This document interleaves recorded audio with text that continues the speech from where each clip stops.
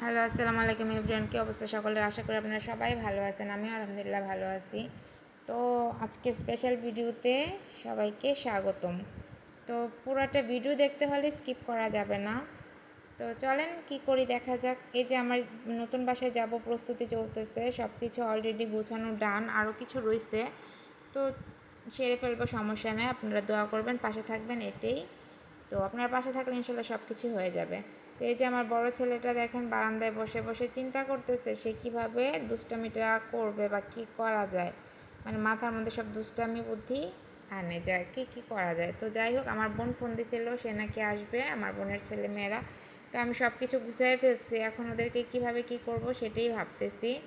তো জানি না কেমনে কী করব বা কী খাওয়াবো ওদেরকে। তো বাসায় দুধ ছিল, ভাবলাম যে দুধ দিয়ে চাটা করি। চাটা তো মানে আপ্যায়ন হিসাবে চাটা আসলে অতিথি আপ্যায়নে খুব সর্বশ্রেষ্ঠ একটা জিনিস। তো যাই হোক, এখন দুধটা বসিয়ে দিলাম।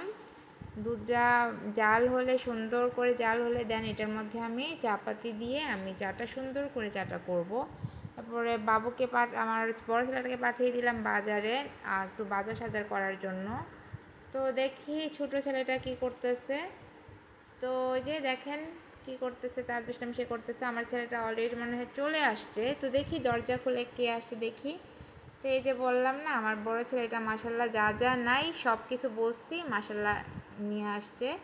তো ধন্যবাদ আমার ছেলেকে, আপনারাও একটা ধন্যবাদ বলে দিবেন, মাশাল্লাহ বলে যাবেন। তো দেখে আসি, দুধ বলক চলে আসছে।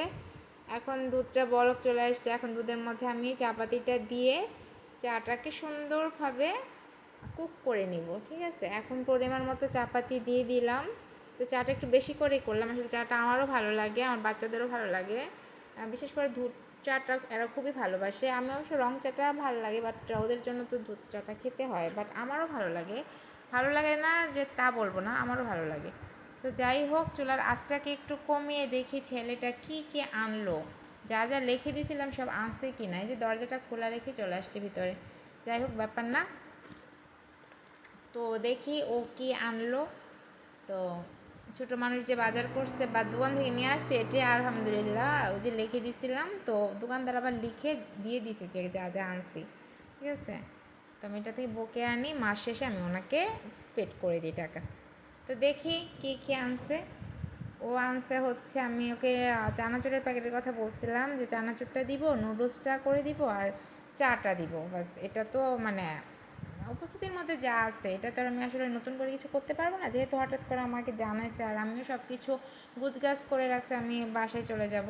সেখানে হুইল পাউডার আনছে, চানাচুর আনছে, নুডলস আনছে। আমি যেহেতু হুইলটা ব্যবহার করি না, আমি সার্ফ এক্সেলটাই ব্যবহার করি। তো যাই হোক, এনে ফেলছে, কিছু করার নাই। তো আমি চুলার আঁচটা খুবই নর্মাল করে দিছিলাম, সেই জন্য আসলে এটা বলক আসে নাই। এখন একটু বাড়িয়ে দিব।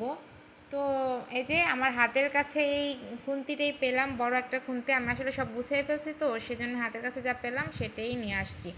তো যাই হোক, ও আমার ছেলেটাকে বললাম, আব্বু চার ডিবিটাকে তুমি ভালো করে লাগিয়ে এটা রেখে দাও। সে রেখে দিচ্ছে, মাশাল্লাহ মাশাল্লাহ। তো যাই হোক, চাটা বলক এসে গেছে, আর একটু ভালো করে বলক আসলে আমি এটাকে নামিয়ে দিব। তো ঠিক আছে, আমরা আসলে এই পর্যন্ত অপেক্ষা করি, কোনো কিছু করার নাই। তো নুডলসটা আসলে এখন সিদ্ধ বসিয়ে দিব। তো হয়ে গেছে, নুডলসটা আমি সিদ্ধ বসিয়ে দিছি অলরেডি। তো ঠিক আছে, দেখা যাক নুডলসটা কতটুকু হয়। নুডলসটা হওয়ার পরে তারপর এটাকে আমি ছেঁকে নিয়ে আমি যত দ্রুত সম্ভব আসলে করার চেষ্টা করতেছি, কারণ ওরা চলে আসবে খুব তাড়াতাড়ি।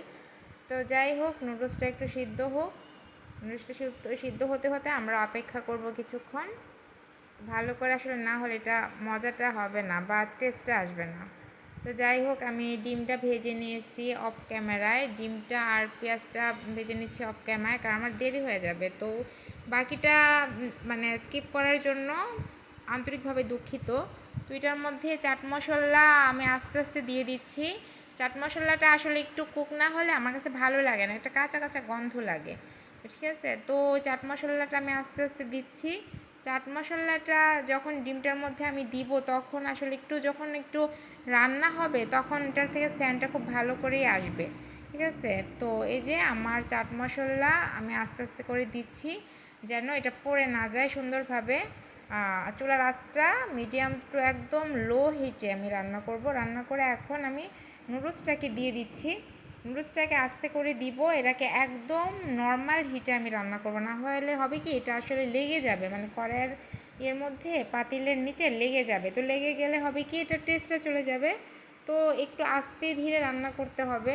তো আমার আসলে তাড়াহুড়ো বেশি, কেন আমি এগুলো রান্না করে আমি অতিথি আপ্যায়ন করে আমাকে আসলে বাসাটা আসলে গুছাইতে হবে, তারপর আবার 2টা বাচ্চাও আছে, ওদেরকে ইয়ে করতে হবে। তো যাই হোক, ভিডিওটা ভালো লাগলে অবশ্যই লাইক কমেন্ট শেয়ার করতে ভুলবেন না। সবাই ভালো থাকবেন, সুস্থ থাকবেন, আল্লাহ হাফেজ।